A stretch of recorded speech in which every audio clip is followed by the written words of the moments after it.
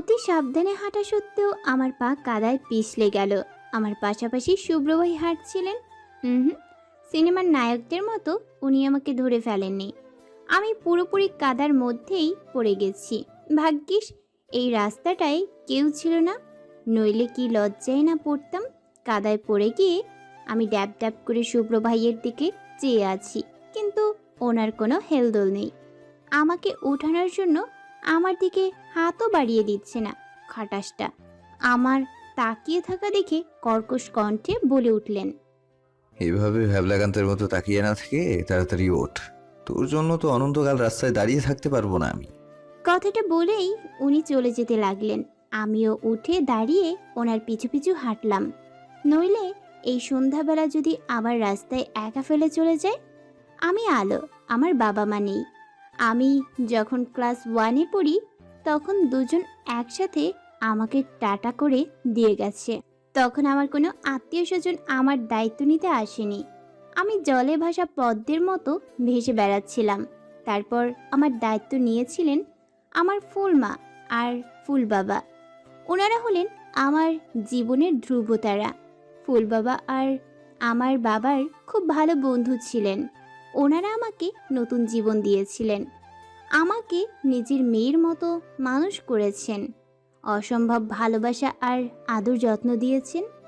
আমাকে জলে ভাসা পদ্ম থেকে টবে লাগানো যত্নের গোলাপ বানিয়েছেন। আর আমার শুভ্রভাই হলেন ফুল বাবা আর ফুলমায়ের একমাত্র ছেলে। শুভ্রভাই অসম্ভব রকমের সুন্দর একজন মানুষ। ফর্সা, লম্বা, ঘন পল্লব ঘেরা চোখ, খয়েরি ঠোঁট, সিল্কি চুল, ফর্সা মুখে খোঁচা খোঁচা দাড়ি। এক কথায় সুদর্শন হতে হলে যা যা দরকার সবই সৃষ্টিকর্তা ওনাকে দিয়েছেন। ছেলেরা মেয়েদের রূপে মুগ্ধ হবে, এটাই প্রকৃতির নিয়ম। কিন্তু আমার ক্ষেত্রে ঘটেছে উল্টো। শুভ্র ভাইয়ের রূপে মুগ্ধ হয়েছি আমি। শুধু রূপে নয়, শুভ্র ভাইয়ের কথা বলা, হাসি, রেগে আমার উপর চিৎকার করা, অন্যকে সাহায্য করতে ঝাঁপিয়ে পড়া, এই সব কিছুতেই মুগ্ধ আমি। আর শুভ্র ভাইয়ের ওপর মুগ্ধ হয়েই কিশোরী বয়সে তাকে প্রেমপত্র পর্যন্ত দিয়েছিলাম আমি। তখন আমি ক্লাস 9-এ পড়তাম, আর শুভ্র ভাই তখন নতুন নতুন ভার্সিটিতে ভর্তি হয়েছেন। কিন্তু সেই দিন শুভ্র ভাই আমার অনুভূতিগুলো হেসে উড়িয়ে দিয়েছিলেন। সেই দিন শুভ্র ভাইয়ের বিদ্রূপের হাসিতে আমার কিশোরী হৃদয় ভেঙে টুকরো টুকরো হয়ে গিয়েছিল। সেই থেকেই নিদারুণ অভিমানে শুভ্র ভাইয়ের পিছনে ঘুরঘুর করা বাদ দিয়েছি। দরকার ছাড়া কথাও বলি না, তবে বেহায়া চোখটা বারবার ওনার দিকেই চলে যায়। এখন শুভ্র ভাই চাকরি করছেন, আর আমি অনার্স ফাইনাল পরীক্ষা শেষ করেছি। পরীক্ষা শেষ করে ভার্সিটি থেকে বাড়ি ফিরছি আজই। শুভ্র ভাই আমাকে স্টেশন থেকে আনতে গিয়েছিলেন। সন্ধ্যা প্রায় হয়ে এসেছে। সন্ধ্যার আবছা আলোতে রাস্তার কাদা জল ঠিকভাবে দেখতে পাইনি বলেই এভাবে বেকায়দায় পড়ে যেতে হলো। বাড়ির দরজায় পা দিতেই ফুলমা, ফুল বাবা, দাদিমণি, আজম চাচা আর বিনতি দৌড়ে এলো। আজম চাচা আর বিনতি এ বাড়িতে কাজ করে। আজম চাচাকে আমি ছোট থেকে দেখছি, কিন্তু বিনতি কয়েক বছর আগে এসেছে। ফুলমা আমাকে দেখেই বলল, এইসব কি হয়েছে মা? কাদা লাগলো কি করে? আমি কিছু বলার আগেই শুভ্র ভাই বলে উঠলেন, কি হবে আবার? মহারানী কাদায় পড়ে গেছেন, চোখ আকাশে তুলে হাঁটেন কিনা।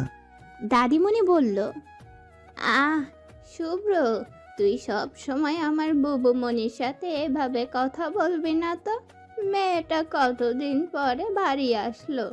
শুভ্র ভাই বললেন, হ্যাঁ, আর ওকে আনতে গিয়ে আমার 12টা বাজলো। ফুলমা বললেন, তোর আবার কি হয়েছে? পড়ে গেছে আলো, তুই তো পড়িসনি। তোমরা শুধু ওর পড়ে যাওয়াটাই দেখলে মা। আমি যে ওর এই ভারী ব্যাগটা টেনে নিয়ে এলাম সেটা দেখলে না। উফ, হাত ব্যথা হয়ে গেল। কথাটা বলেই উনি ব্যাগটা আমার দিকে ছুঁড়ে ফেলে দিয়ে ভেতরে চলে গেলেন।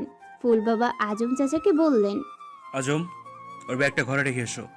তারপর আমার মাথায় হাত রেখে বললেন, কেমন আছিস মা? আমি হেসে বললাম, ভালো আছি ফুল বাবা, তোমরা ভালো আছো? তুই এসে গেছিস, এবার সবাই ভালো থাকবে। যা ঘরে যা, ফ্রেশ হয়ে নে। ঘরে গিয়ে লম্বা একটা শাওয়ার নিয়েছি। ফুলমা ঘরটা আগে থেকেই গুছিয়ে রেখেছে। আমি নিজের বই খাতাগুলো টেবিলে গোছাতে শুরু করলাম। গোছাতে গিয়ে পুরনো একটা বইয়ের ভেতর থেকে কিছু কাগজের টুকরো পড়ল। আমি মেঝেতে বসে কাগজের টুকরোগুলো হাতে নিলাম। কাগজগুলোতে চোখ বোলাতে শুরু, আমার মুখ অন্ধকার হয়ে গেল। কারণ এটা সেই প্রেমপত্র যেটা আমি শুভ্র ভাইয়ের জন্য লিখেছিলাম। সেই দিনের কথা মনে পড়তেই চোখ ঝাপসা হয়ে এলো। সেদিন নিজের মনের রঙিন অনুভূতিগুলো শব্দ দিয়ে সাজিয়েছিলাম। লাজুক মুখে কাঁপা কাঁপা হাতে শুভ্র ভাইয়ের ঘরে চিঠিটা রেখে এসেছিলাম। কিন্তু শুভ্র ভাই চিঠিটা পড়ে হো হো হা হা করে হেসে উঠেছিলেন। হাসতে হাসতে গড়িয়ে পড়েছিলেন। বিদ্রুপ করে বলেছিলেন, তুই আমাকে নিয়ে স্বপ্ন দেখছিস নাকি? কি হাস্যকর! তোর মতো গাধিকে কি আমার পাশে মানায়? এইসব চিন্তা বাদ দে, যা পড়তে বস। তারপর হাসতে হাসতেই চিঠিটা ছিঁড়ে ফেলে দিয়েছিল। সেই সাথে টুকরো টুকরো হয়ে গিয়েছিল আমার মনটাও। আমি সেই ছেঁড়া টুকরোগুলো কুড়িয়ে এনে সযত্নে রেখে দিয়েছিলাম বইয়ের ভেতর। কথাগুলো মনে পড়তেই বুকের ভেতর চিনচিন করছে। মাঝে মাঝে মনে হয় আমার কেউ নেই বললেই বোধহয় শুভ্র ভাই আমাকে এত অবহেলা করে। আমি চোখ মুছে মেঝে থেকে উঠলাম।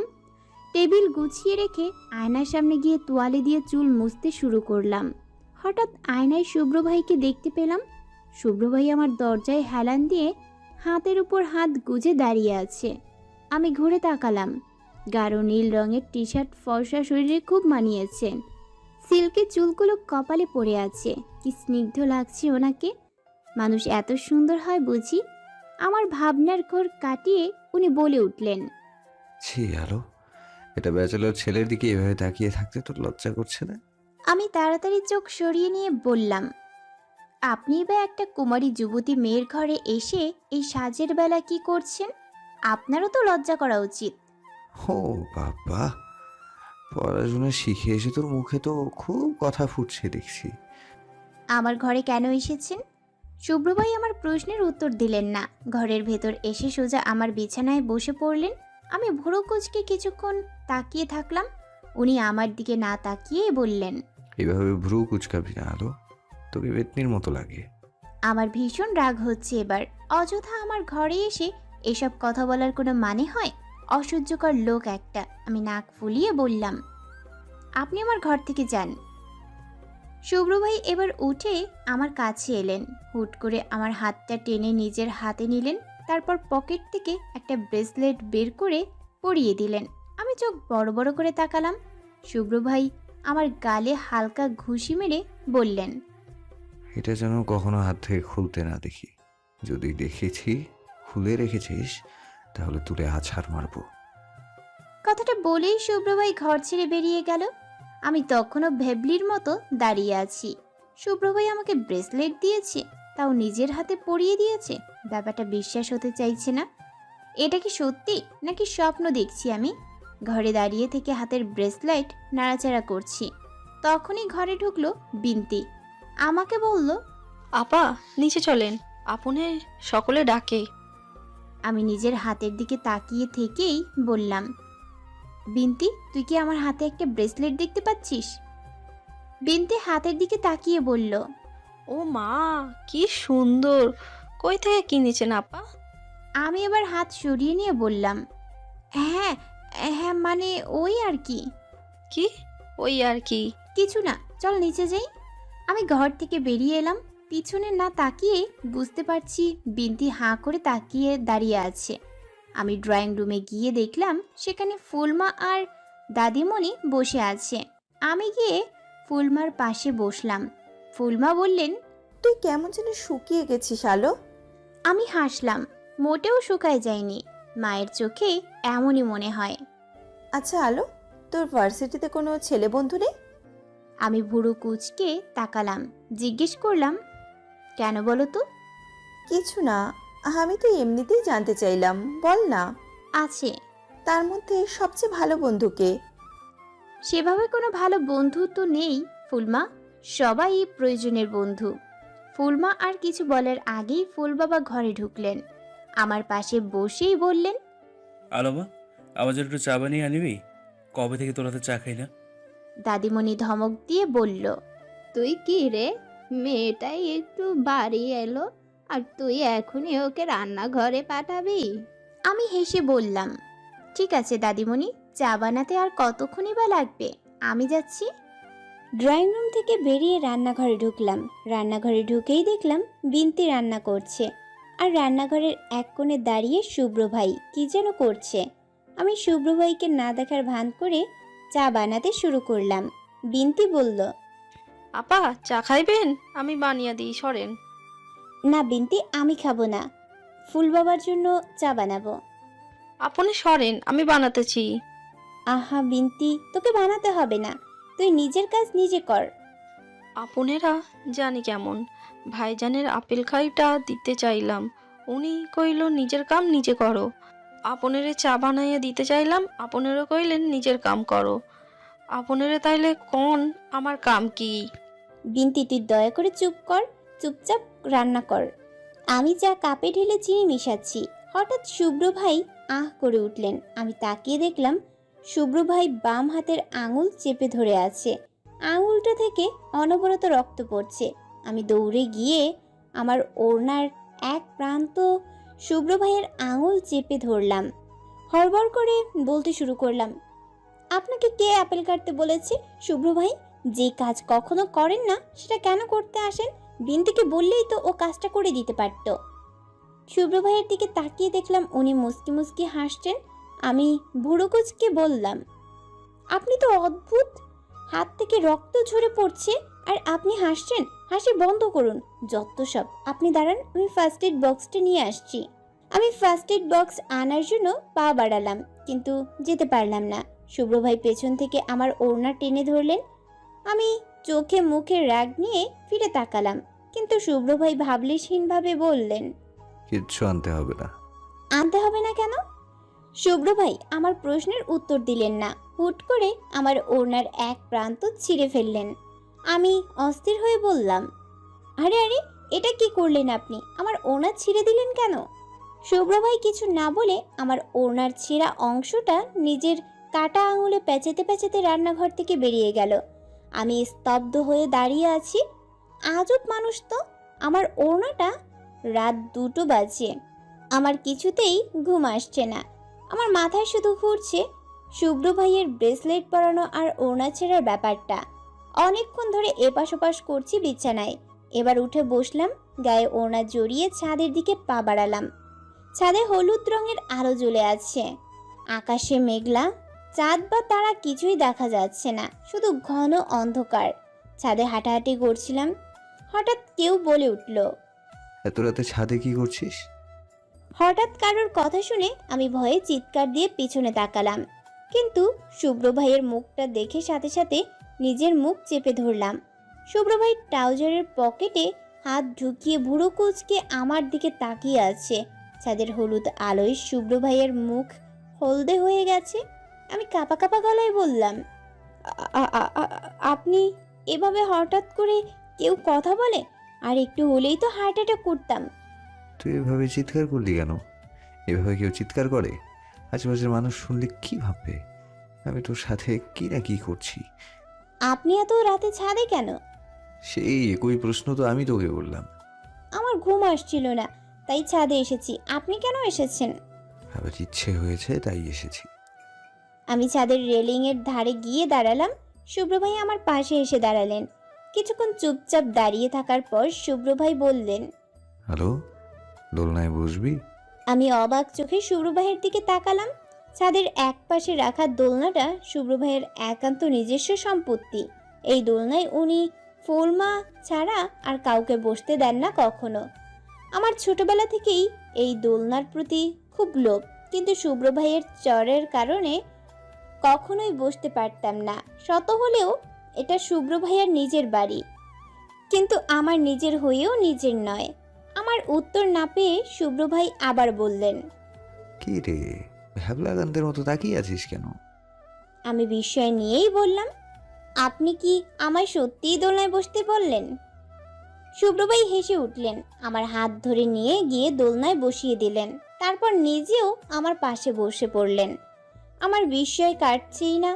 আমি হুট করেই বলে উঠলাম, শুভ্র ভাই, আপনি খুব অদ্ভুত বিহেভ করছেন। কি করলাম? আমি বাড়ি আসার পর থেকে আপনি যা যা করছেন সবই তো অদ্ভুত। আমি আপনার কোনো কাজের মানে বুঝতে পারছি না। শুভ্র ভাই নির্লিপ্তভাবে জবাব দিলেন। খুব তাড়াতাড়ি বুঝে ফেলবি। হঠাৎ টিপ টিপ করে বৃষ্টি পড়তে শুরু করলো। আমি চোখ বন্ধ করে হাত বাড়িয়ে বৃষ্টি ফোঁটা স্পর্শ করছি। হঠাৎ চোখ মেলে পাশে তাকিয়ে দেখি শুভ্র ভাই আমার দিকেই তাকিয়ে আছে। কেমন গভীর সেই দৃষ্টি। এই দৃষ্টি সহ্য করার ক্ষমতা আমার নেই। আমি উঠে দাঁড়ালাম, অন্যদিকে তাকিয়ে বললাম, শুভ্র ভাই বৃষ্টি শুরু হয়েছে, চলুন ঘরে যাই। তারপর প্রায় ছুটে নিজের ঘরে চলে এলাম। শুভ্র ভাইয়ের এমন দৃষ্টি তো আগে দেখিনি। এভাবে তাকিয়েছিলেন কেন উনি? সকালে নাস্তা করার পর আমি নিজের ঘরে এসে খাতা কলম নিয়ে বসেছি। খাতায় কতগুলো অনাথ আশ্রমের নাম লিখছি, কারণ কয়েকদিন পর আমার মা বাবার মৃত্যুবার্ষিকী।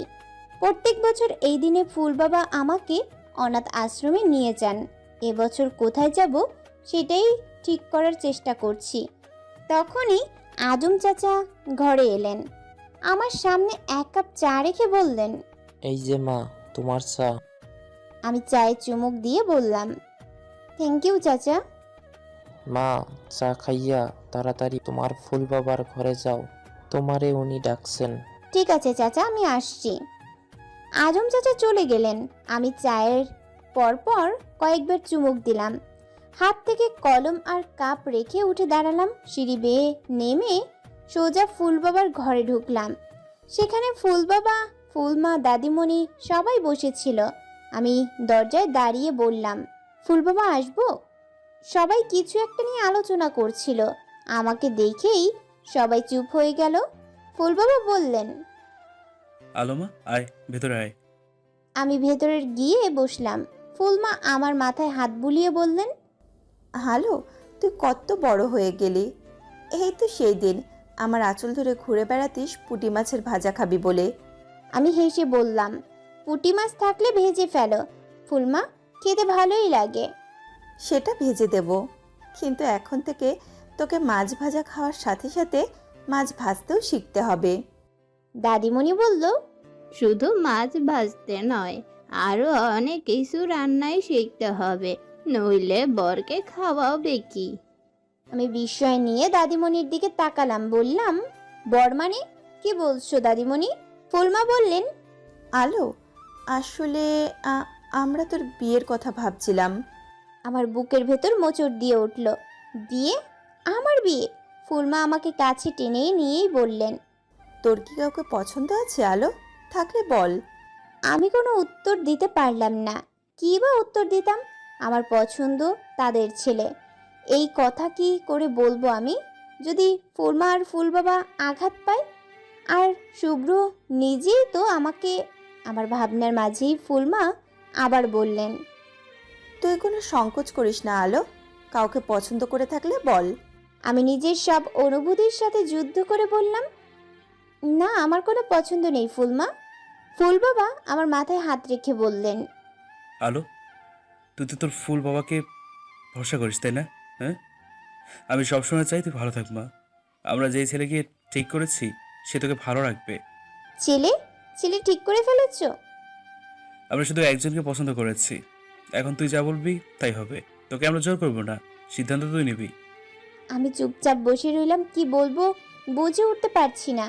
ফুলমা বললেন, তাড়াহুড়ো করতে হবে না মা, তুই ভেবেচিন্তে সিদ্ধান্ত নে। আমি এবার নিজেকে সামলে নিয়ে মাথা তুলে তাকালাম, একটু হাসার চেষ্টা করলাম। বললাম, ভাবার কিছু নেই ফুলমা, তোমরা আমার জন্য অনেক কিছু করেছো, আমাকে নতুন জীবন দিয়েছো। তোমরা যদি না থাকতে তাহলে হয়তো আমি বেঁচেই থাকতাম না। আমি জানি তোমরা যা করবে আমার ভালোর জন্যই করবে। তোমাদের ওপর সেই ভরসা আছে আমার। তোমরা যখন বলবে আমি তখন বিয়ে করব, যাকে বলবে তাকেই বিয়ে করব আমি। ফুলমা খুশি হয়ে আমার কপালে চুমু দিয়ে বললেন, আমি জানতাম তুই না করবি না।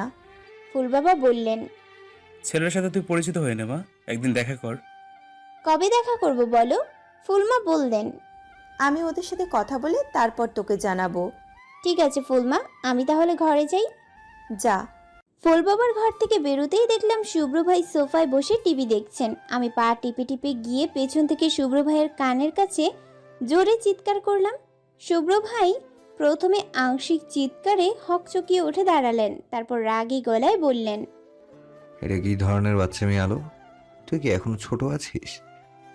আমি হেসে বললাম, হুম, আমি আর ছোট নেই, আমি অনেক বড় হয়ে গেছি। ফুল বাবা আর ফুলমা আমার বিয়ে ঠিক করেছেন। কথাটা বলেই আমি সিঁড়ি বেয়ে উপরে নিচের ঘরে যেতে শুরু করলাম। একবারের জন্য পিছনে ফিরে তাকাইনি। আমি আর মায়া বাড়াতে চাই না, একদম চাই না। দুপুরবেলা ঘরের সাথে লাগোয়া বারান্দায় ভেজা চুল এলিয়ে বসে আছি। বারান্দায় রোদ পড়েছে, আমি রোদেই বসে আছি। আমার কোলের উপরে একটা বই, মাঝে মাঝে বইটার পাতা উল্টাচ্ছি, যদিও আমি বইটা পড়ছি না। একটা বই সাথে নিয়ে বসে থাকার অনেক সুবিধা। কেউ আসলে পড়ার ভান করা যায়, তার সাথে কথায় যোগ দিতে হয় না। শুভ্র ভাই নিঃশব্দে এসে আমার পাশে বসলেন। শুভ্র ভাই ঘরে ঢুকতেই আমি টের পেয়েছি, কিন্তু সেটা শুভ্র ভাইকে বুঝতে দিতে চাইছি না। এমনভাবে বইয়ের দিকে তাকিয়ে বসে আছি যেন আমি ওনাকে দেখতে পাইনি। উনি বলে উঠলেন, তুই কি বিয়েতে রাজি? আমি না শোনার ভান করে বসে আছি, মানে ভাবখানা এমন যেন আমি খুব মনোযোগ দিয়ে বই পড়ছি। আশেপাশের কিছুই আমার কানে ঢুকছে না। শুভ্র ভাই বললেন, উত্তর দিচ্ছিস না কেন? তোকে কিছু জিজ্ঞেস করেছি আমি। আমি এবারও কথা বললাম না। শুভ্র ভাই এবার আমার থেকে বইটা টেনে নিয়ে বারান্দা দিয়ে নিচে ফেলে দিল। আমি উঠে দাঁড়িয়ে বললাম, আরে এটা কি করলেন আপনি? আমার বইটা ফেলে দিলেন কেন? শুভ্র ভাই আমাকে বারান্দার রেলিংয়ের সাথে চেপে ধরে দাঁতে দাঁত চেপে বললেন, অভিনয় করিস আমার সাথে? আমি খুব ভালো করে জানি যে তুই পড়ছিলি না। আমার কথার উত্তর দিলি না কেন? আমি কাঁদো কাঁদো মুখে বললাম, শুভ্র ভাই আমাকে ছাড়ুন, আমার লাগছে। শুভ্র ভাই আমাকে ছেড়ে দিয়ে অন্যদিকে ঘুরে দাঁড়ালেন, শীতল গলায় বললেন, তুই বিয়েতে রাজি কিনা বল। এখনো রাজি হয়নি, তবে ছেলেকে দেখার পর রাজি হয়ে যাব। মানে তুই নিশ্চিত যে ছেলেটাকে তোর পছন্দ হবে? পছন্দ হবে না কেন? ফুল বাবা নিজে পছন্দ করেছেন। আমি ফুল বাবাকে ভরসা করি। উনি নিশ্চয়ই খারাপ কোনো ছেলেকে পছন্দ করেননি। আদৌ তুই বুঝতে পারছিস না, বাবার পছন্দ আর তোর পছন্দ এক নাও হতে পারে। তোর যদি ছেলেটাকে পছন্দ না হয়? হবে।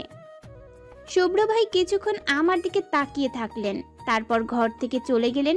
শুভ্র ভাই যেতেই ফুলমা আমার কাছে এলেন, বললেন, কি রে আলো, শুভ্রকে যেতে দেখলাম, ও কি বললো তোকে? কিছু না ফুলমা, শুভ্র ভাই আমাকে বিয়ের জন্য শুভকামনা জানাতে এসেছিল। ও আচ্ছা, নিচে চল, খাবি না? তুমি যাও, আমি আসছি। ফুলমা আমার হাত ধরে বললেন, আলো, ওরা ফোন করেছিল। আরে বাবা, ছেলে বাড়ি থেকে। ছেলেটা কাল তোর সাথে দেখা করতে চেয়েছে, তোর কোনো আপত্তি নেই তো?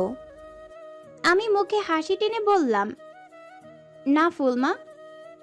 ফুলমা হাসলেন, আমাকে আদর করে বললেন, তুই সত্যি আমাদের লক্ষ্মী মেয়ে, তাড়াতাড়ি খেয়ে আয়। আমি ফুলমার সাথে নিচে গেলাম। দাদিমণির পাশে বসে চুপচাপ খেতে লাগলাম। ফুল বাবা আমার দিকে একটা ছবি এগিয়ে দিয়ে বললেন, আলোমা, এই যে ছেলের ছবি, তুই দেখে নিস। আমি মৃদু হেসে ছবিটা নিলাম। দাদিমণি বললেন, ভালো করে দেখিস বুবু, ছেলে কিন্তু খুব সুন্দর দেখতে। শুভ্র ভাই হুট করে বলে দিলেন। এতই যখন সুন্দর তখন তুমি বিয়ে করে নাও দাদিমণি। দাদিমণি মুখ বেঁকিয়ে বললেন, মরণ, কথার কি সিঁড়ি দেখ। ফুলমা আমার প্লেটে মাছ তুলে দিল। সাথে সাথেই শুভ্র ভাই সেটা ছো মেরে নিজের প্লেটে নিয়ে নিল। আমি কিছুই বললাম না, কারণ এটা শুভ্র ভাইয়ের ছোটবেলার স্বভাব। আমার পাতে দেওয়া মাছ সবসময় উনিই ছিনিয়ে নেন। ফুলমা রেগে গিয়ে বললেন, শুভ্র, মেয়েটা কয়দিন পরে চলে যাবে, এখনো তুই এভাবে কেড়ে নিবি? ফুল বাবা বললেন, সত্যি, আলো চলে গেলে বাড়িটা বিমানন হয়ে যাবে, আমাদের পরিবার অন্ধকার হয়ে যাবে। শুভ্র ভাই বলে উঠলেন, তোমরা চাইলে বাড়িটা আলোকিত করে রাখতে পারো। ফুলমা বললেন, মানে? মানে আরও চলে যাবে ভেবে খারাপ লাগছে তোমাদের? হ্যাঁ, লাগছে। তাহলে এক কাজ করো, তোমরা আলোকে আমার সাথে বিয়ে দিয়ে দাও। আলোর বিয়েও হবে, আর ও এ বাড়ি ছেড়েও যাবে না। কথা বলা শেষ করে শুভ্র ভাই খাবার টেবিল ছেড়ে উঠে গেল। সবাই শুভ্র ভাইয়ের যাওয়ার দিকে অবাক হয়ে তাকিয়ে আছি। আমি নিজেও খাওয়া বন্ধ করে বিস্ময় নিয়ে তাকিয়ে আছি। ফুলমা ফুল বাবার দিকে তাকিয়ে বললেন, শুভ্র কি বলে গেল?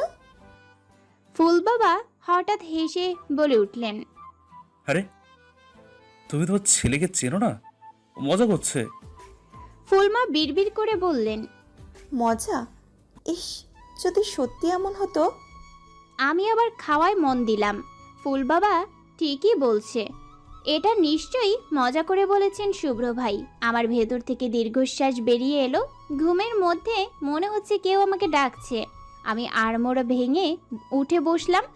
দেখলাম বিনতি আমার বিছানায় বসে আছে। নিশ্চয়ই ও ডাকছিল এতক্ষণ। আমি উঠে বসতেই বিনতি বলল, আর কতক্ষণ ঘুমাইবেন আপা? সেই দুপুর থাইকা ঘুমাইতেছেন। আমি হাই তুলে বললাম, আমার আরো ঘুম পাচ্ছে বিনতি, তুই ডাকলি কেন? নিচে চলেন, আপনার ফুল বাবা যে আপনার হাতে চা খাইতা বইসা আছে। আসছি, তুই যা। আমি চোখে মুখে পানি ছিটালাম। আয়নায় তাকিয়ে দেখলাম চোখ এখনো লাল হয়ে আছে। আমি আসলে দুপুরবেলা খুব কান্নাকাটি করেছি, আর কাঁদতে কাঁদতে ক্লান্ত হয়ে কখন যে ঘুমিয়ে পড়েছিলাম বুঝতে পারিনি। আমি আরও কিছুক্ষণ চোখে পানি দিলাম, সুন্দর করে চুল বাঁধলাম। নিচে নেমে দেখলাম ফুল বাবা বসে আছেন। আমি গিয়ে ফুল বাবার হাত জড়িয়ে ধরে পাশে বসে পড়লাম। ফুল বাবা আমার মাথায় হাত বুলিয়ে বললেন, ঘুম হলো? হ্যাঁ হয়েছে। ছেলেটা ছবি দেখেছিস? আমি আসলে ছবিটা দেখিনি, কিন্তু তবুও মিথ্যা বললাম। হ্যাঁ দেখেছি। কেমন মনে হলো? ভালো, যাই তোমার চা নিয়ে আসি। আমি সোজা রান্নাঘরে ঢুকলাম, চা বানাচ্ছিলাম। হুট করে শুভ্র ভাই এসে আমার পাশে দাঁড়িয়ে বলতে শুরু করলেন, স্বপন সরকার, গায়ের রং শ্যামলা, বাবার ফুড প্রোডাক্টের বিজনেস আছে, অনেক বড় লোক, বয়স 32, হালকা ভুঁড়ি আছে, আর হাইট হলো 5'7", আর আমি হলাম 6'2". তার মানে আমার চেয়ে কত ইঞ্চি খাটো বলো তো? আমি ভুরু কুঁচকে ওনার দিকে তাকিয়ে বললাম। ওনার হাতে একটা ছবি। উনি ছবিটা আমার দিকে ঘুরিয়ে ধরে বললেন, এই ছেলেটাকে তোর পছন্দ হয়েছে আলো? ছি, তোর চয়েস এত খারাপ হলো কবে থেকে? আমি ছবিটা হাতে নিয়ে বললাম, চিচি করছেন কেন? ভালো করে দেখুন লোকটার চেহারা কত মায়াবী। আচ্ছা মায়াবী? হ্যাঁ মায়াবী। আমার হাইট তো 5'3", আমার জন্য 5'7" ঠিক আছে। খুব না, খুব বিয়ে করার শখ জেগেছে তোর। আমি দাঁত কেলিয়ে বললাম, হ্যাঁ। হ্যালো শোন, এই ছেলের বাপ বিরাট বড় লোক। বড় লোকের ছেলেরা ভালো হয় না। কিন্তু এই ছেলে নিশ্চয়ই ভালো। শুভ্র ভাই ভুরু কুচকে বললেন, তুই দেখি খুব নিশ্চিন্ত। তো নিশ্চিন্ত হব না কেন? আর আপনি এই ছেলের এত খুঁত কেন বের করছেন বলুন তো? ফুল বাবা তো বলেছে যে ছেলেটা খুব ভালো। আমি কোথায় খুদ বের করছি?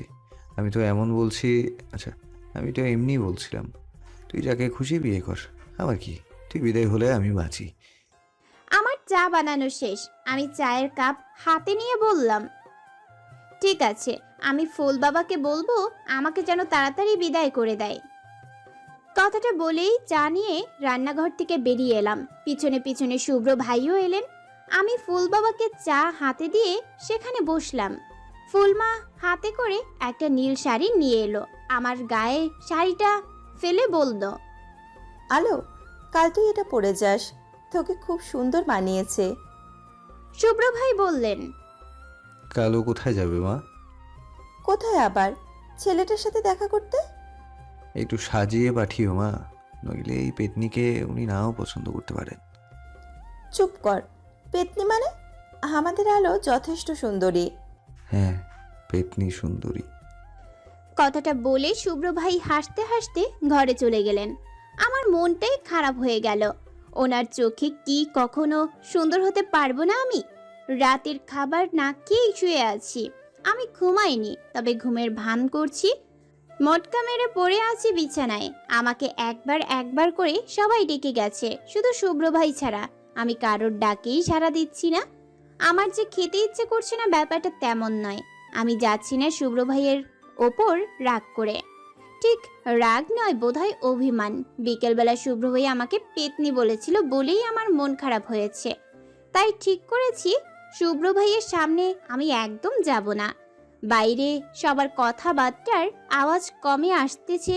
আমি বিছানা ছেড়ে উঠে বসলাম। নিচে নেমে গিয়ে দেখলাম ফুলমা সব কিছু গুছিয়ে রাখছেন। আমাকে দেখতে পেয়েই বললেন, উঠেছিস? এতক্ষণ যে ডাকলাম সাড়া দিচ্ছিলি না কেন? আমি একটা চেয়ার টেনে বসলাম। বললাম, কখন ডেকেছো? শুনতে পাইনি তো। তুই তো কখনো এভাবে ঘুমাস না আলো। দুপুরে এতক্ষণ ঘুমিয়েছিস, আবার সন্ধ্যা থেকে এভাবে ঘুমাচ্ছিস। তোর শরীর খারাপ নয় তো? হঠাৎ শুভ্র ভাই কোথা থেকে চলে এলো। আমার পাশের চেয়ারে বসেই বলে উঠলেন, গা জ্বালানি কথা। ওর কিছুই হয়নি মা, ও আসলে ঢং করছিল। আমি বিরক্ত চোখে শুভ্র ভাইয়ের দিকে তাকালাম, কিন্তু ওনার কোনো ভাবান্তর হলো না।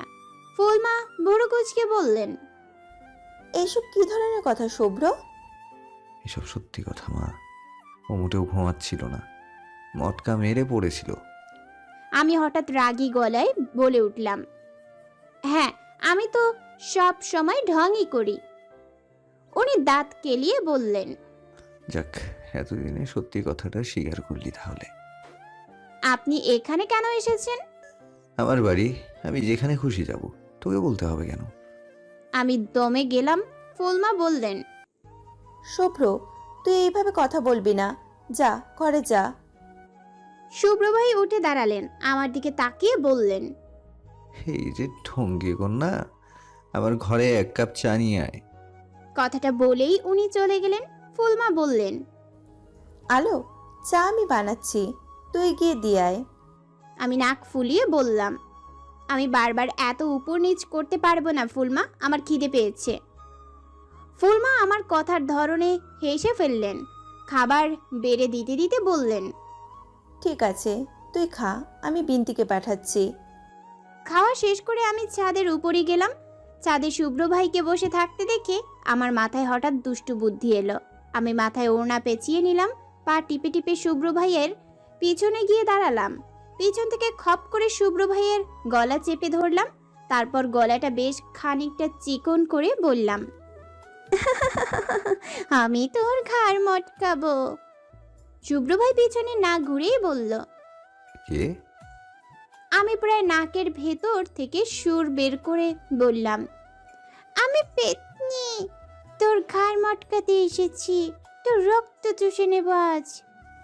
আমার রক্ত কেন শুষে নেবেন পেতনি সাহেবা? আমার কি অপরাধ? তুই সব সময় আমাকে জ্বালাতন করিস, তাই তোর রক্ত খেয়ে আমি তার শোধ নেব। শুভ্র ভাই এবার হুট করে আমার দিকে ঘুরে দাঁড়ালেন। তারপর আমি কিছু বুঝে ওঠার আগেই আমার হাত মুচড়ে ধরলেন। হাসতে হাসতে বললেন, এই বাড়ির পেতনিকে সেটা আমি জানি না ভেবেছিস? আমি এবার ভয়ে ভয়ে বললাম, সরি শুভ্র ভাই, সরি সরি, আমি আর এরকম করব না, আমাকে ছেড়ে দিন প্লিজ। কেন পেতনি সাহেবা, ভয় পাচ্ছেন? আমি করুণ গলায় বললাম, প্লিজ শুভ্র ভাই। কিন্তু আমার এই আকুল আবেদন ওনার কানে ঢুকলো না বলে মনে হয় না। উনি হেসে বললেন, এবার আপনার কি হবে পেতনি সাহেবা? আপনাকে এখান থেকে তুলে নিচে ফেলে দেবো? আমি হঠাৎ চিৎকার করে বলতে শুরু করলাম, ফুলমা কোথায় তুমি? আমাকে বাঁচাও, তোমার ছেলে আমাকে মেরে ফেললো। শুভ্র ভাই এবার আমার হাত ছেড়ে মুখ চেপে ধরলেন, ধমক দিয়ে বললেন, চুপ। এখন ফুল মাকে রাখছিস কেন? বাচ্চামি করার সময় মনে থাকে না? কদিন পর বিয়ে হবে আর উনি এখনো ফাজলামি করে বেড়াচ্ছেন, ইডিয়েট। আমি সুযোগ বুঝে শুভ্র ভাইয়ের হাতে কামড় বসিয়ে দিলাম। সাথে সাথে উনি আমাকে ছেড়ে দিলেন। আমি আর এক মুহূর্ত দেরি না করে ছুটে নিজের ঘরে চলে এলাম। ঘরের দরজা বন্ধ করে দিয়ে বিছানায় বসে হাঁপাতে লাগলাম। ইস, কেন যে শুধু শুধু এরকম করলাম, কি বিশ্রীভাবে ধরা পড়ে গেলাম। শিট, আজ আমি খুব সকাল সকাল উঠেছি আর ঘুম থেকে উঠে রান্নাঘরে ঢুকেছি। আমার উদ্দেশ্য হলো নাস্তা বানানো। বিনতিকে সরিয়ে দিয়ে আমি দাঁড়িয়ে দাঁড়িয়ে পরোটা ভাজছি। মন দিয়ে কাজটা করছিলাম আমি, কিন্তু এই বাড়িতে আমি কোনো কাজই ঠিক মন দিয়ে করতে পারি না। যখনই কোনো কাজে মনোযোগ দেওয়ার চেষ্টা করি, তখনই সেই মনোযোগে কোনো না কোনোভাবে ব্যাঘাত ঘটিয়ে দেন শুভ্র ভাই। এই মুহূর্তেও তাই হলো। পরোটা বানানোর সময় আমার মাথায় পিছন থেকে একটা নীল রঙের ওড়না এসে পড়ল। আমি প্রথমে কিছু বুঝে উঠতে পারলাম না। ওড়নাটা হাতে নিয়ে পিছনে ঘুরে তাকালাম, কাউকে চোখে পড়ল না। ওড়নাটা উল্টে পাল্টে দেখছিলাম, ওড়নার এক কোনায় কিছু একটা বাঁধা আছে দেখতে পেলাম। বাঁধন খুলতেই একটা চিরকুট পেলাম। চিরকুট খুলে দেখলাম তাতে শুভ্র ভাইয়ের লেখা। উনি লিখেছেন, হ্যাঁ, ওনাটা আমি দিয়েছি। এটা তো খুশি হওয়ার কোনো দরকার নেই। সেদিন ওনাটা ছিঁড়ে ফেলেছিলাম বলে দিয়ে গেলাম পেনাল্টি হিসেবে। শুভ্র কখনো ঋণ রাখে না। চিরকুট পরে মাথাটা তুলতেই দেখলাম চুলার উপরে দেওয়া পরোটাটা পুড়ে যাচ্ছে। আমি তাড়াতাড়ি চুলা বন্ধ করে দিলাম। ধুর, কত শখ করে পরোটা বানাচ্ছিলাম, শুভ্র ভাইয়ের জন্য সেটাও পুড়ে গেল। ভাল লাগে না। নাস্তার টেবিলে সবাই খুব প্রশংসা করছে আমার, আমি নাকি খুব ভালো পরোটা বানিয়েছি, কিন্তু শুভ্র ভাই কিছু বলছেন না, চুপচাপ খেয়ে চলেছে। দাদিমণি বললেন, আলো, খুব ভালো হয়েছে। আমার নাত জামাইয়ের ভাগ্য খুব ভালো, তার বউ এত ভালো রান্না করে, তাকে খাওয়াবে। শুভ্র ভাই এবার মুখ খুললেন, গ্লাসে পানি ঢালতে ঢালতে বললেন, না দাদিমণি, তোমার নাত জামাইয়ের কপাল খুব খারাপ, কারণ তার বউ রান্না করতে গিয়ে সেটা পুড়িয়ে ফেলবে। আমি মুখ গোমরা করে বললাম, একটা পরোটাই তো পড়েছে, বাকিগুলো তো ঠিকই আছে। ফুলমা আমার কথায় সায় দিয়ে বললেন, তাই তো, প্রথম প্রথম রান্না করতে গেলে এইরকম একটু আধটু হতেই পারে, সমস্যা কি তাতে? শুভ্র ভাই বললেন, মা, আজ একটা পুড়িয়েছে, কাল আরেকটা পোড়াবে। প্রত্যেক দিন একটা একটা করে কতগুলো ক্ষতি হবে, তোমার কোনো আইডিয়া আছে? ওর ভর বেচারার জন্য আমার কষ্ট হচ্ছে। আরে কথা শেষ করে উনি ওনার অফিসের উদ্দেশ্যে গেলেন। আমার মেজাজটাই খারাপ হয়ে গেল। পরোটা তো ওনার জন্যই পুড়লো। উনি তখন ওনাটা না দিলে তো এমন হতো না। আর এখন দেখো, আমাকেই সবার সামনে কথা শুনিয়ে দিয়ে গেল। ইচ্ছে তো করছিল ওনার নাক বরাবর ফ্রি স্টাইলে ঘুষি মারি। যত সব। বিকেল 5:30 বেজে গেছে। আধা ঘন্টা ধরে রেস্টুরেন্টে বসে আছি। স্বপন সরকার নামক লোকটার 5টায় আসার কথা ছিল, কিন্তু এখনো তার আসার নাম নেই। আমি আজ খুব সেজেছি, নীল শাড়ি পরেছি, চোখে গাঢ় করে কাজল পরেছি, ঠোঁটে হালকা করে লিপস্টিক লাগিয়েছি, হাত ভর্তি নীল কাচের চুড়ি পরেছি, পায়ে নুপুরও পরেছি। 5:30 পার হতেই লোকটা আমার সামনে এসে দাঁড়ালো। ছবিতে যেমন দেখেছিলাম তেমনই দেখতে, তবে ছবির থেকে বয়সটা একটু বেশি লাগছে। বোধহয় ছবিটা 2-1 বছর আগের। আমি হাসি মুখে বললাম, স্বপন সাহেব। স্বপন হেসে আমার পাশে চেয়ারে এসে গা ঘেঁষে বসলেন, আমার দিকে তাকিয়ে বললেন, আলো, তোমায় ছবিতে দেখেছি, তুমি ছবির মতোই সুন্দর। উনি আমার পাশে এসে বসায় আমার বেশ অস্বস্তি হচ্ছে। অদ্ভুত লোক তো, প্রথম দেখাতেই একটা মেয়ের এত কাছে এসে বসে পড়লেন। হুমায়ুন স্যার একটা কথা বলেছেন, পুরুষ মানুষ 2 দলে বিভক্ত। একদল তাকায় মেয়েদের চোখের দিকে, আরেক দল তাকায় মেয়েদের বুকের দিকে। এই স্বপন সাহেবকে দ্বিতীয় দলের বলে মনে হচ্ছে।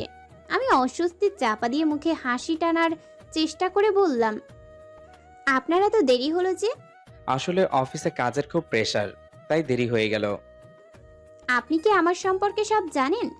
স্বপন সাহেব চেয়ারে হেলান দিয়ে বসলেন, বললেন, যতটুকু জানা দরকার ততটুকু জেনেছি, বাকি যা আছে সেসব আমার না জানলেও চলবে। আমি জিজ্ঞেস করলাম, কেন, আপনি কি আমাকে বিয়ে করতে ইচ্ছুক নয়? মানে আপনার কি আমাকে পছন্দ হয়নি? তা কেন হবে? তোমাকে পছন্দ হয়েছে বলেই দেখা করতে এসেছি, না হলে আসতাম না। আচ্ছা, আমার সম্পর্কে আপনি কি কি জানেন? তুমি সুন্দরী, শিক্ষিতা, ভালো মেয়ে, তোমার মা বাবা নেই, এই তো? আপনার কি আমাকে কিছু জিজ্ঞেস করার আছে? না। না কেন? আপনি যাকে বিয়ে করতে চান তাকে আপনি পুরোপুরি জেনে নিতে চান না? এই যেমন ধরুন আমার প্রিয় রং, আমার পছন্দ অপছন্দ।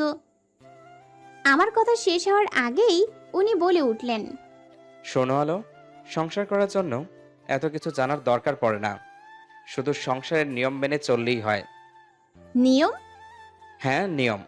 এই যেমন স্বামীর সব কথা মেনে চলা, শ্বশুরবাড়ির সবাইকে খুশি রাখা, এক্সেট্রা এক্সেট্রা। মানে যেমনটা বাঙালির লক্ষ্মী বইরা হয়ে থাকে। তুমি তেমন হলেই আমি খুশি। আমার বিশ্বাস তুমি তেমনই। এত বিশ্বাসের কারণ জিজ্ঞাসা করো। বলুন। কারণ তুমি এতিম, তোমার মা বাবা নেই। ছোটবেলা থেকে যে যা বলেছে তুমি তাই শুনেছ। বায়না করা, কথা না শোনা, রাগ দেখানো, জেদ করা, এসব কোনো কিছুই সুযোগ তুমি পাওনি। ঠিক বলেছি না?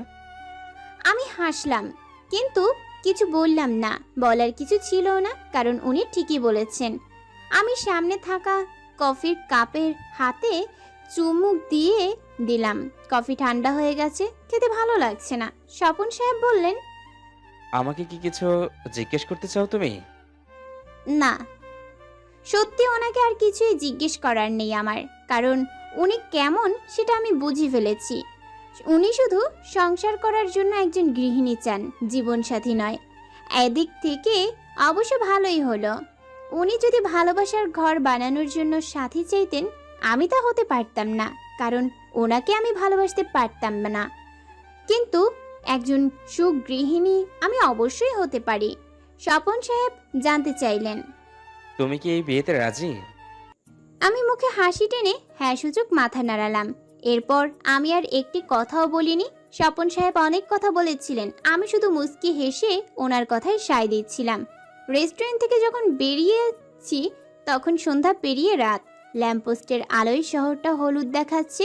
মানুষের কোলাহল তখনও কমেনি। রেস্টুরেন্টের সামনে স্বপন সাহেবের বিশাল গাড়ি দাঁড়িয়ে আছে। উনি আমার দিকে তাকিয়ে বললেন, গাড়িতে ওঠো, তোমাকে পৌঁছে দিয়ে আসি। আমি গাড়িতে উঠতেই যাচ্ছিলাম, তখনই ওনার ফোন বেজে উঠল। উনি একটু সাইডে গিয়ে কথা বললেন।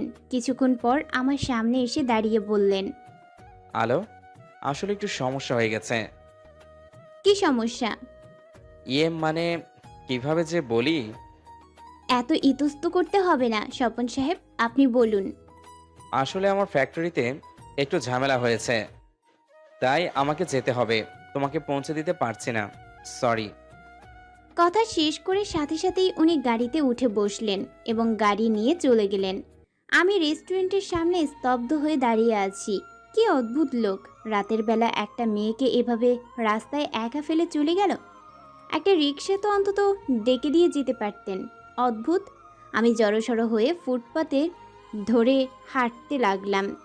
রেস্টুরেন্ট থেকে একটু সামনে অনেকগুলো রিক্সা দাঁড়িয়ে আছে।